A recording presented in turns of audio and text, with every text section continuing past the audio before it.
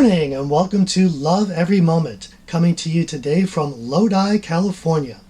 Well, today's verse is Matthew 5:12, and remember, this is in the context of being persecuted because of righteousness. It says, "Rejoice and be glad, for your reward in heaven is great, for in the same way they persecuted the prophets who were before you." Wow, another amazing thing that we could actually rejoice and be glad because of persecution. Wow. Well, let's look at this in action and maybe we can get some insight. In Acts 5:40, the disciples had been hauled before the council, and this court was very furious at them for preaching about Jesus. And they ended up flogging them, and towards the end of verse 40, so these disciples were whipped, and that was seriously bad, and ordered them not to speak in the name of Jesus, and then released them. And in verse 41 it says, "So they went on their way from the presence of the council, rejoicing that they had been considered worthy to suffer shame for his name." It's only with a strong love relationship with God that we can have that kind of rejoicing, that we could suffer shame for his name. It flows out of that love. Later, these disciples were jailed and shackled and flogged, and they ended up ministering to their jailers, and many jailers came to know Jesus too. Now, in last week's video, and I have the link up here, I mentioned that Job was persecuted, but he didn't know why. It turns out it was because God was bragging to Satan about how much Job loved him.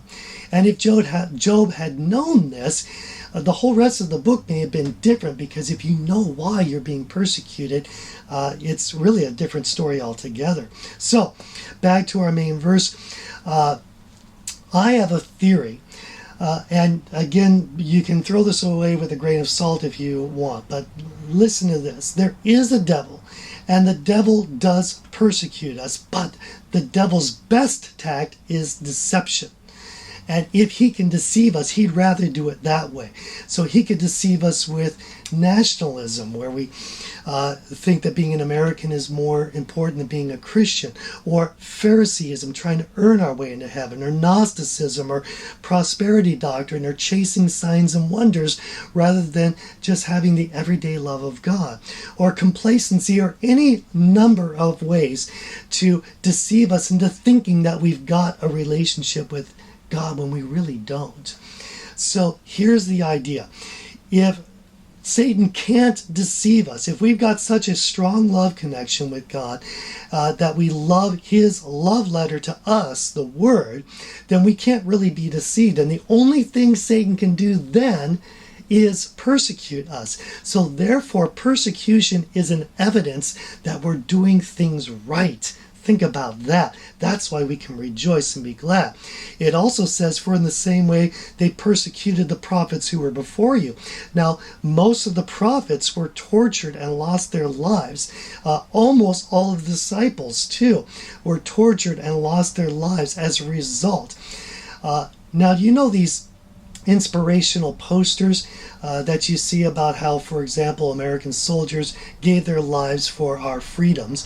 What if churches had sort of a hall of fame for the prophets and the disciples and those who suffered because of him? Posters like this. Posters like this. I just threw those together.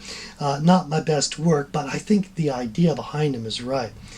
Finally, it says, "For your reward in heaven is great." Now, what is our reward? Well, the Bible does talk about us earning crowns, and that's true. It does say that.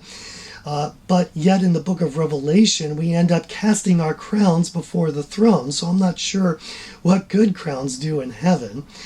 I have another theory, and this is pretty well out there, but listen to this and you can consider it as you wish. I think our reward is actually being closer to him.